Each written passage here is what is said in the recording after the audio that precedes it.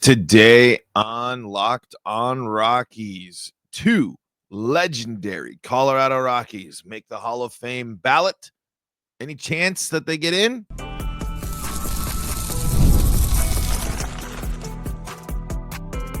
You are Locked on Rockies, your daily Colorado Rockies podcast. Part of the Locked on Podcast Network, your team every day.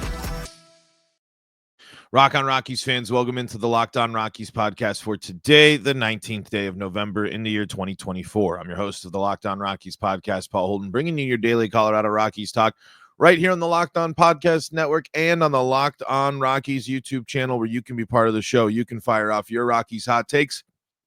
You can let me know what's on your mind when it comes to the Colorado Rockies right here on your favorite streaming services and on the Locked on Rockies YouTube channel. Hey, if you like the show, if you want to be part of the show, you can fire off your Rockies hot takes. You can let me know what's on your mind. You can direct the conversation this offseason when it comes to what we talk about and where we go to with your comments, your hot takes. Fire them off in the Locked on Rockies YouTube comment section. Let me know what's on your mind, and let's talk rocks. Really do appreciate each and every one of you for tuning in. Shout outs to our everydayers out there for making us your first listen of the day. We got lots of Rockies baseball, really interesting Rockies news to talk about today. And we are going to talk about Carlos González and Troy Tulowitzki. And that's not a hard thing to do when you're a Rockies fan like myself, obviously responsible for some great memories there. And so much just dominance as well from these two players. Will it be enough for the Hall of Fame? I don't think so.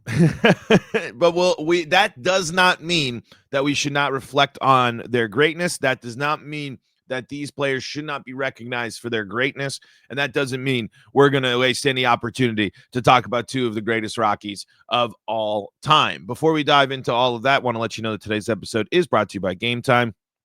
Download the Gametime app, create an account, and use code LOCKEDONMLB for $20 off your first purchase.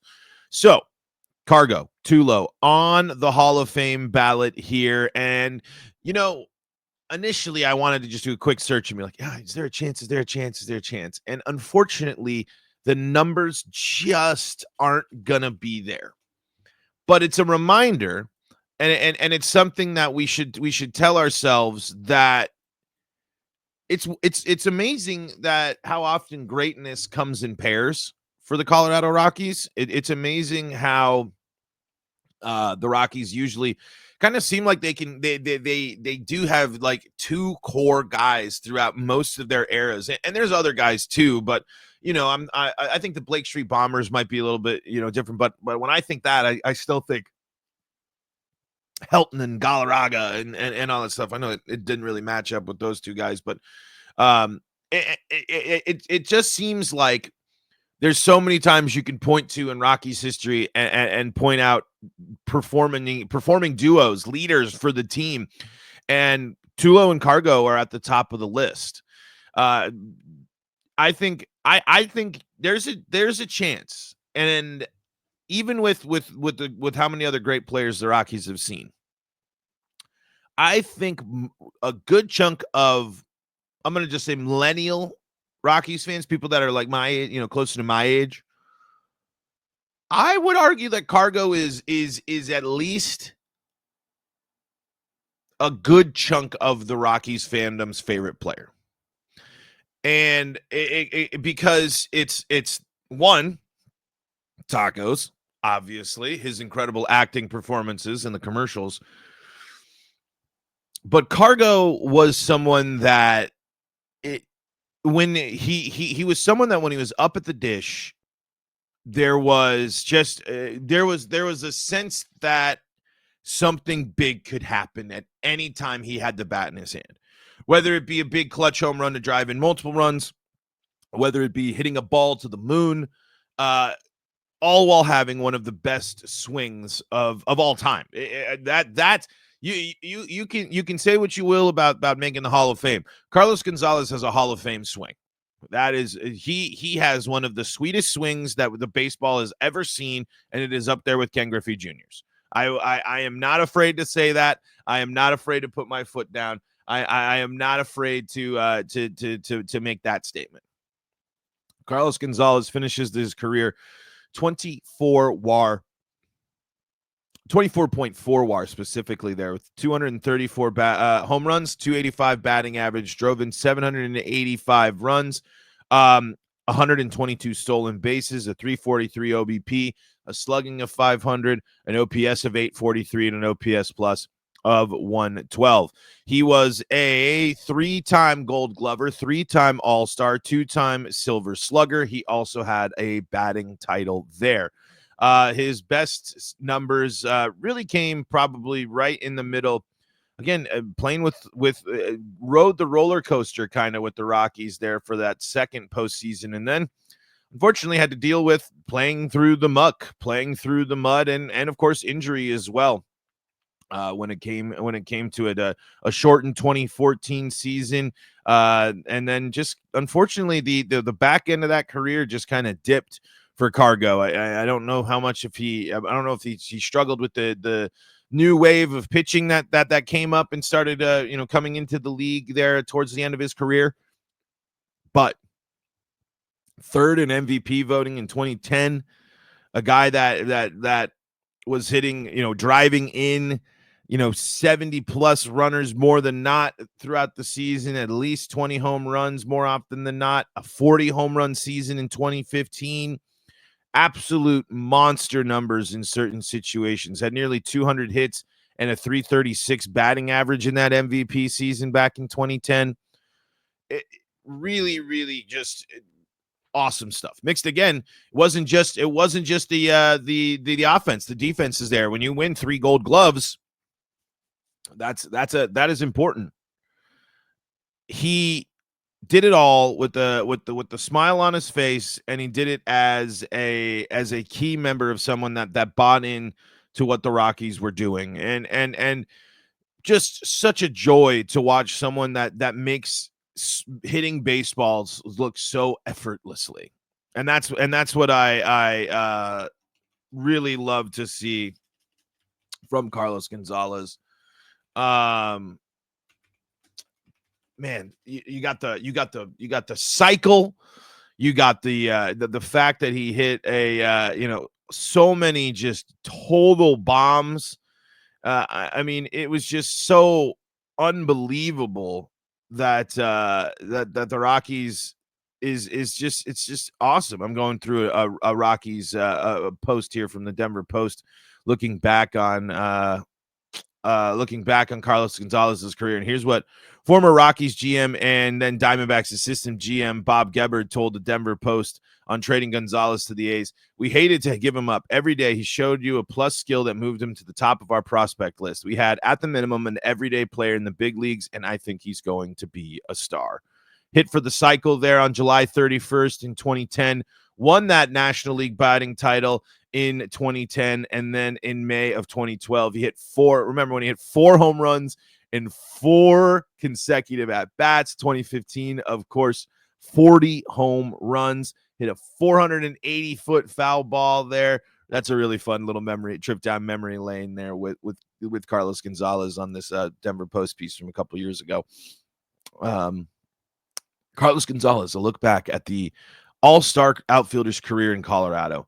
Smile on his face, and the exact type of guy that I think when you were looking as a younger guy, when you were looking for people to be your role model, when you were looking for people to model your game after, I think Carlos González was a certainly easy player to get excited for. And then he was paired up with, for me, like, I obviously grew up with the Blake Street Bombers and stuff, but I was still really young during those things. So I don't have the same appreciation of actually tuning in, watching, and seeing what, the impacts those players were making.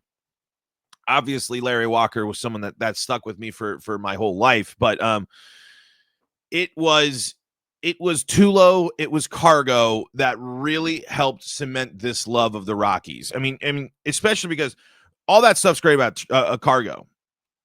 And then his battery mate, I know that's not how the saying actually works, but the guy he shared the field with, it wasn't just that Cargo was awesome.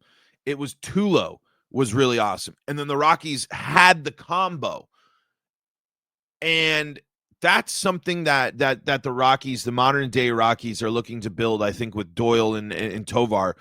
And it's something the Rockies throughout their history have had success with these duos, Arenado and Story, Tulo and Cargo, Helton and Walker, Helton and or Walker in the and insert Blake Street Bomber if you want to go if you want to go without Helton there with being younger.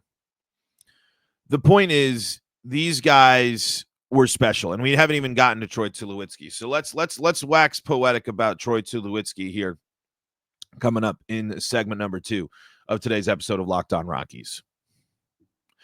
Before we do that, though, got to tell you about the folks that help make this show possible, and that includes Gametime. Gametime's got you covered when you are looking for tickets, not just for sports, but tell me, you want to get down there, you want to sit amongst the celebs, you want to be in the vibes, the energy of the NBA. Well, Gametime's got you covered with great deals. You can see it all. And now you can check out the Gametime Picks feature. It's a new feature, and it makes getting tickets to see your favorite teams play live even easier.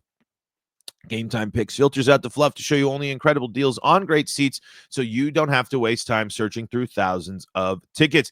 You got the all-in pricing that's going to show you all the upfront costs there. You just toggle that button on, and you're going to make sure you're going to see everything that you're going to pay upfront. No surprises there. You're going to get a panoramic view of your seat, so you're going to know exactly where you're sitting, and your purchase is covered with the most flexible customer service policy in the ticketing industry. Take the guesswork out of buying tickets with Gametime Picks. Download the Gametime app, create an account, and use code LOCKEDONMLB for $20 off your first purchase.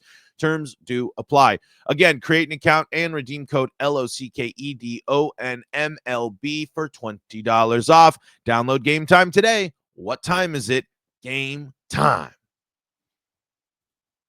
This is the Locked On Rockies podcast. We're free and streaming on your favorite streaming services, bringing you your daily Colorado Rockies talk right here on the Locked On Podcast Network and on the Locked On Rockies YouTube channel, where you can be part of the show. You can fire off your Rockies hot takes. You can let me know what's on your mind, just like Jack did. He said, when the Rays call about a pitcher, you do not trade. That's when we're talking about the Joe Rock, Greg Jones trade yesterday. Hey, I see your comments. I see your questions there from that video. We will answer those questions, dive into more of those throughout the week here. But when you get an excuse to talk Tulo and Cargo, you got to do it. But before we dive back into that, just a reminder, for your second listen of the day, go check out Locked On MLB. Our guy Sully's got you covered there with everything else in the world of baseball. Now, we talked Cargo, right? And let's talk Tulo. Tulo is a player that will forever be associated with what if he stayed healthy. And there's no argument. Me personally, I don't think there's any argument that could take away from that. I truly deep down believe, and the Homer hat's in full effect here. I understand the rose-colored glasses are on. I got it. I understand. Putting all the disclaimers there. If Troy Tulowitzki stays healthy, he's a top 10 shortstop of all time. I firmly believe that. I think that Troy Tulowitzki was someone that changed that changed a lot of narratives about the Rockies, that set the standard. Now, the standard at shortstop that the Rockies have now been able to live up to, but set the standard of shortstop in Colorado is a position where you must be great, or else you will live constantly in the shadow of Troy Tulowitzki. And I think that the success of Tulo, the things that they liked in Tulo, and drafting and developing Tulo, shows that the Rockies are successful at that position. Because Tulo was great, Story was great, and it certainly looks like Tovar is great. Very few times in my life and in between have the Rockies struggled at the shortstop position. And it's mostly because of Troy Tulowitzki. 5-time All-Star, 2-time Gold Glove, Silver Slugger, should have been Rookie of the Year. We know that for sure. Should have been Rookie of the Year. Probably had a good case at an MVP at a couple of times. 5th in voting twice in his best seasons there. A guy that still, even throughout injuries, was able to play 13 seasons. A guy that when he played at least 100 games, his WAR was 5+, with the exception of 2008 and the exception of 2012. Sorry, I don't really care about the Toronto year in 2015 for the back half of 2015. But in 87 games in 2015 for the Rockies, 1.3 WAR. Still was successful in Toronto that first full season in Toronto in 16, 3.2 WAR, and then the health just and he just couldn't keep it together. Couldn't keep it together there.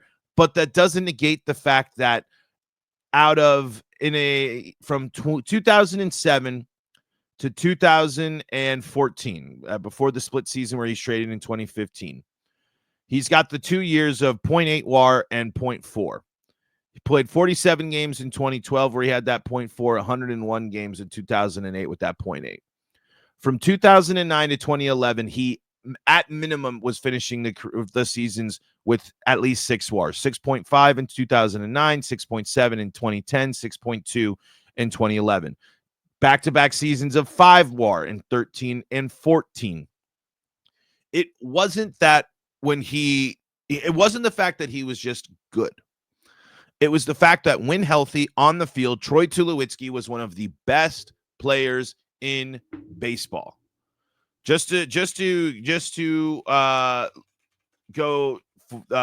compare it a little bit to some modern day, when you're talking about WAR. If Troy Tulowitzki's WAR, you take those seasons we just talked about, wins above replacement, he would have the second highest WAR on the 2024 Dodgers. If you take any of those seasons we just talked about of the above 5 WAR season, Troy Tulowitzki would have been the second best player on the 2024 Dodgers. That's awesome. That's a team with 3 MVPs to start its lineup. And I think that's important context to have, because it also reminds you that of how good Tulo was. And same with Cargo. The Rockies are dying to get someone into even close to that. They're trying to get someone who can even, crack close to that type of WAR. The best player by WAR this year was Brenton Doyle at 4. Tulo would have been the best player on this version of Rockies, last year's version of the Rockies, and going pretty far deep for the Rockies if you picked out those years. Troy Tulowitzki had 225 home runs, a career 290 batting average, a 780 RBI, 57 stolen bases, 762 runs, 361 career OBP, slugging of 495, an OPS of 856.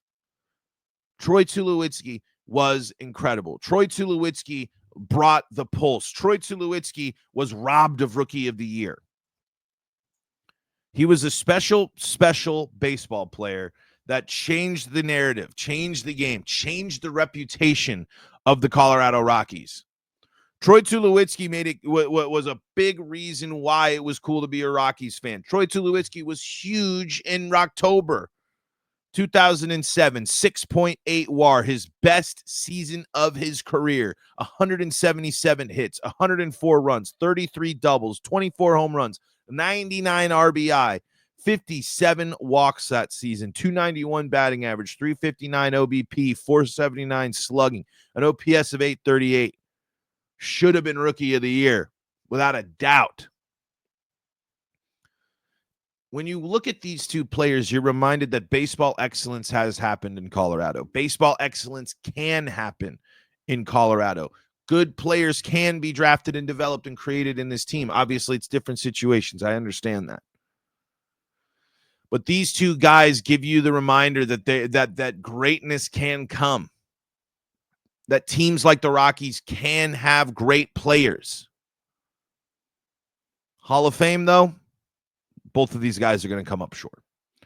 Cargo doesn't really have a shot. I mean, but I think if you're Carlos González, you sit there and you say, my name made it on this exclusive list. As tough as I think it'll be to be a one and out ballot guy, I don't think Cargo has ever been like a Todd Helton where you're sitting there and the case is very strong, and you're shouldering all of the burdens of Colorado, of the Rockies and XYZ.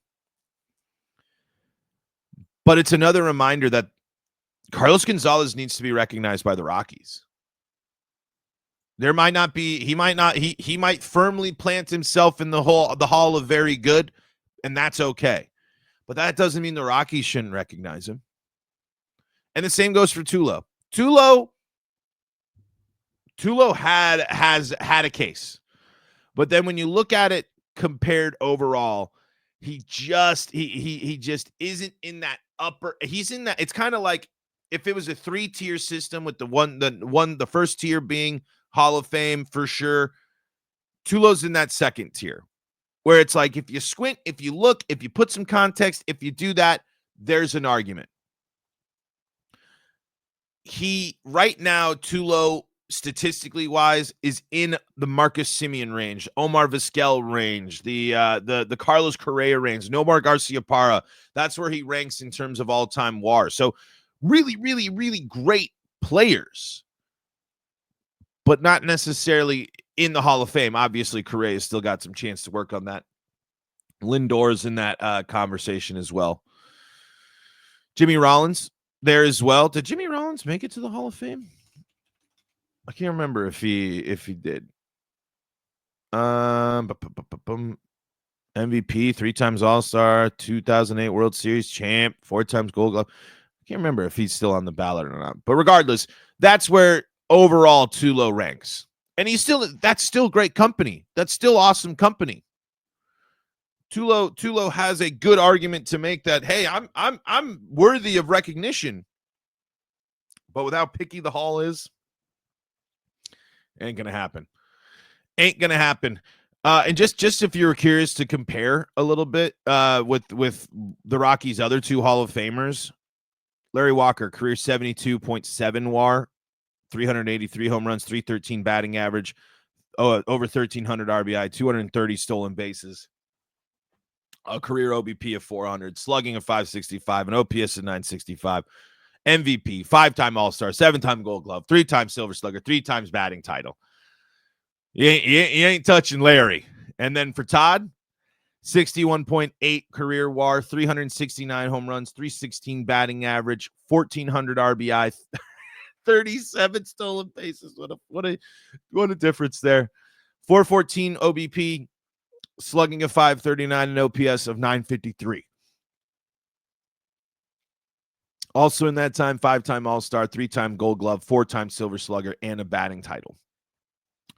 So Tulo and Cargo certainly have solid accolades, certain resumes, but not if that's what it took for Rockies players to get in the Hall of Fame, that's kind of the standard. If Rockies players going forward have to be as good, if not better, than Todd Helton and Larry Walker to get in. I think that's really the only case that can be made. If you fall underneath those guys, your likelihood is low. All right, let's go through the rest of the ballot and just look at some of the interesting names that just have popped up here on the Hall of Fame ballot. And we'll see. Let's see if there's maybe some names that we'll go over and say who should be on the list. We'll do that coming up next on today's episode of Locked On Rockies. Before we do that, though, got to tell you about the folks that help make this show possible, and that includes FanDuel. Get ready to tackle the NFL action with FanDuel, America's #1 sportsbook, because right now new customers can bet $5 and get $150 in bonus bets if you win. The FanDuel Sportsbook app gives you everything you need to place live bets on the NFL all in one place. So when you get a hunch in the middle of the game, you can check out the latest stats, view live play-by-play, and so much more on the same page where you place your bets. Just visit FanDuel.com to join today. You'll get started with $150 in bonus bets if you win your first $5 bet. That's FanDuel.com. Never waste a hunch and make every moment more with FanDuel, an official sportsbook partner of the NFL. And remember to please play responsibly. This is the Locked On Rockies podcast for free and streaming on your favorite streaming services, bringing you your daily Colorado Rockies talk here on the Locked On Rockies podcast on YouTube as well. Thank you so much for making us your first listen of the day. We're talking Hall of Fame today. We're talking about the Rockies' chances here. And let's see who else is going to join the list. Curtis Granderson, Felix Hernandez, Adam Jones, Ian Kinsler, Russell Martin, Brian McCann, Dustin Pedroia, Hanley Ramirez, Fernando Rodney, CC Sabathia, Ichiro Suzuki, Troy Tulowitzki, and let's see, Ben Zobrist are all joining the Hall of Fame ballot this year. Joining Bobby Abreu, Carlos Beltran, Mark Burley, Torrey Hunter, Andrew Jones, Andy Pettit, Manny Ramirez, Alex Rodriguez, Francisco Rodriguez. There's Jimmy Rollins right there. We were just talking about him. Chase Utley, Omar Vizquel, Billy Wagner, and David Wright. So, going back to our Tulo conversation, if Rollins or Vizquel get in, then Tulo deserves to be in. If those guys don't get in, Tulo shouldn't be in. Quick glance here off of looking at who'd I put in out of the man. You know what? It's hard to really say who I'd put in because these players are just all. This is where I'm not old, right? I'm not an old guy. I still got plenty of youth left in me. I don't want anyone out there that's like, what are you talking about, you young whippersnapper? You got plenty of youth left. I understand that. It's just so crazy to be at a point where the players that I watched growing up, the players that were on covers of baseball games and all that stuff. Those players, the era of baseball that helped me fall in love with baseball, the players that helped me fall in love with the game are now all going into the Hall of Fame.